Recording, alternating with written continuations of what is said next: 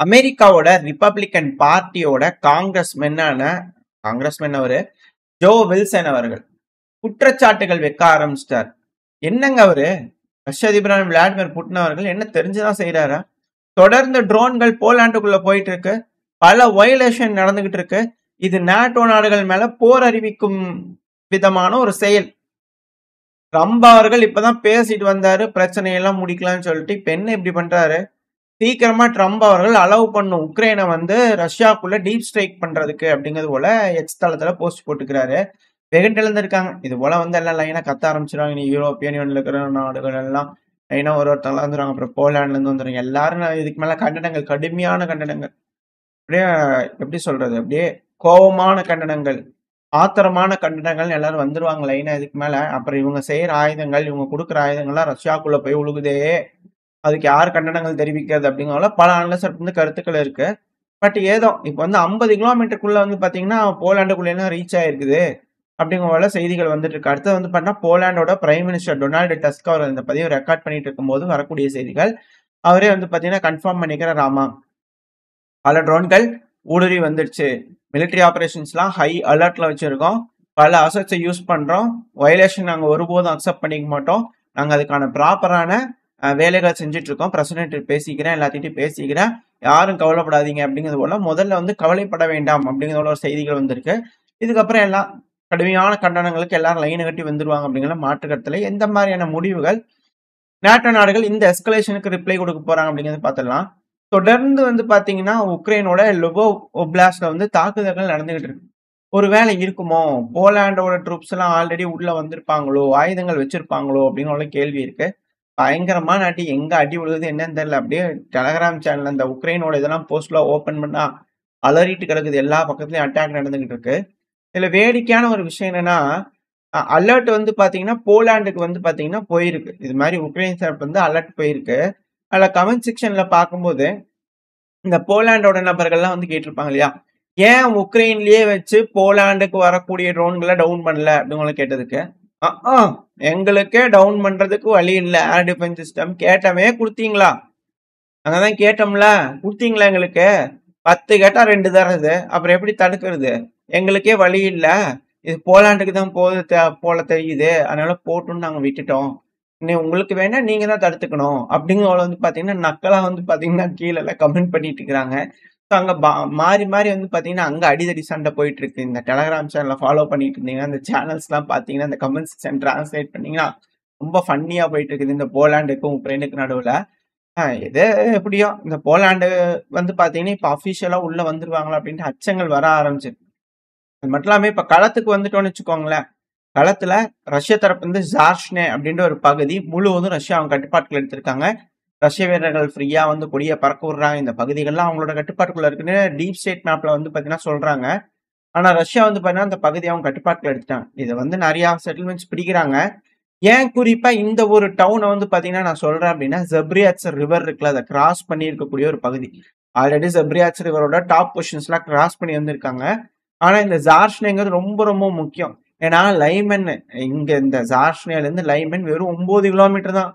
Complete down control, complete ரஷ்யாவோட அந்த drone super மெர்சிக்குள்ள வந்துருது.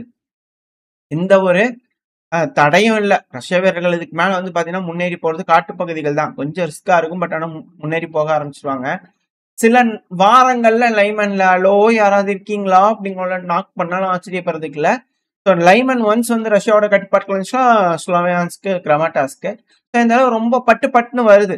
அது மட்டும் இல்லாம இப்ப பெலரூஸ்ல பாத்தீங்கன்னா ஜப்பாட் எக்ஸைஸ் நடக்குது. ஒருவேளை அங்கிருந்து எட்டி குதிக்கிறாங்கன்னு வச்சுக்கோங்களேன், ரொம்ப ஃபாஸ்டா பாத்தீங்கன்னா அப்படியே சாண்ட்விச் பண்ணிடுவாங்க ரஷ்ய வீரர்கள். ஸோ அதுக்கான ஒரு மூமெண்டம் தெரியுது, அதை நோக்கிதான் இது போகுதா. ஸோ இதுக்கு தான் அது வார்னிங்கா. ஒண்ணு வாண்டடா ரஷ்யா இது போல ட்ரோன்களை ஏவி விட்டுருக்கு. நீங்க பாரு, நான் உள்ள வருவேன், யாராவது ஏதாவது பண்ணீங்க தெரிக்க விட்டுருவேன் அப்படிங்கிற ஒரு மிரட்டலா கூட இருக்கலாம்.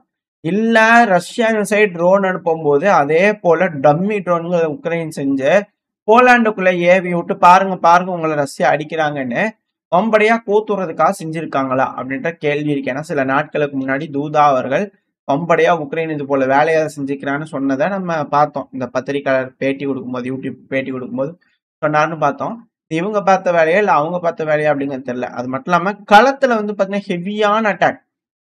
யாராவா பகுதி டொனஸ்க் பகுதியில இருக்கக்கூடிய யாராவா அப்படின்னு ஒரு பகுதி. அதுல வந்து பாத்தீங்கன்னா ஹெவியான அட்டாக் நடந்திருக்கு. 24 மக்கள் கிட்ட வந்து பாத்தீங்கன்னா இறந்திருக்கிறாங்க. 19 நபர்கள் வந்து பாத்தீங்கன்னா காயமடைஞ்சிருக்காங்க அப்படிங்கிறது போல செய்திகள் வந்துகிட்டு இருக்கு. அந்த 20 அப்படிங்கிறது இன்க்ரீஸ் ஆயிட்டு இருக்கு. காயமடைஞ்ச நபர்கள் அப்படியே அந்த லிஸ்ட் வந்து பண்ண இன்க்ரீஸ் ஆயிட்டே இருக்கு.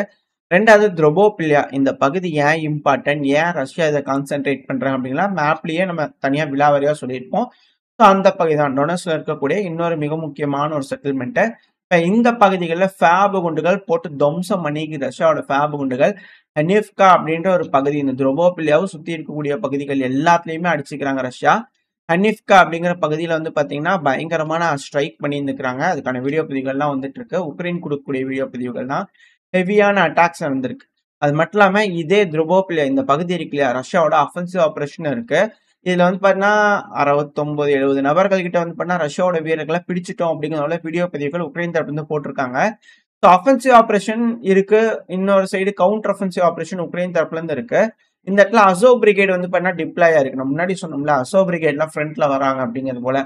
ஸோ இந்த இடத்துல வந்து பாத்தீங்கன்னா இரு தரப்புலயும் வந்து பாத்தீங்கன்னா டஃப்பான ஒரு ஃபைட் போயிட்டு இருக்கு. ஒன்ஸ் இந்த த்ரோபோபிலியா போயிடுச்சு அப்படின்னா டொனஸ்க் எல்லாத்தையும் வந்து பாத்தீங்கன்னா உக்ரைன் மறந்துட வேண்டியதான். அதுக்கப்புறம் ஒரு டிஃபென்ஸ் லேயரே வந்து பாத்தீங்கன்னா உக்ரைனுக்கு இல்ல. ஸோ அதனால இந்த இடத்துல ஹெவியா டஃப் கொடுத்துட்டு இருக்காங்க.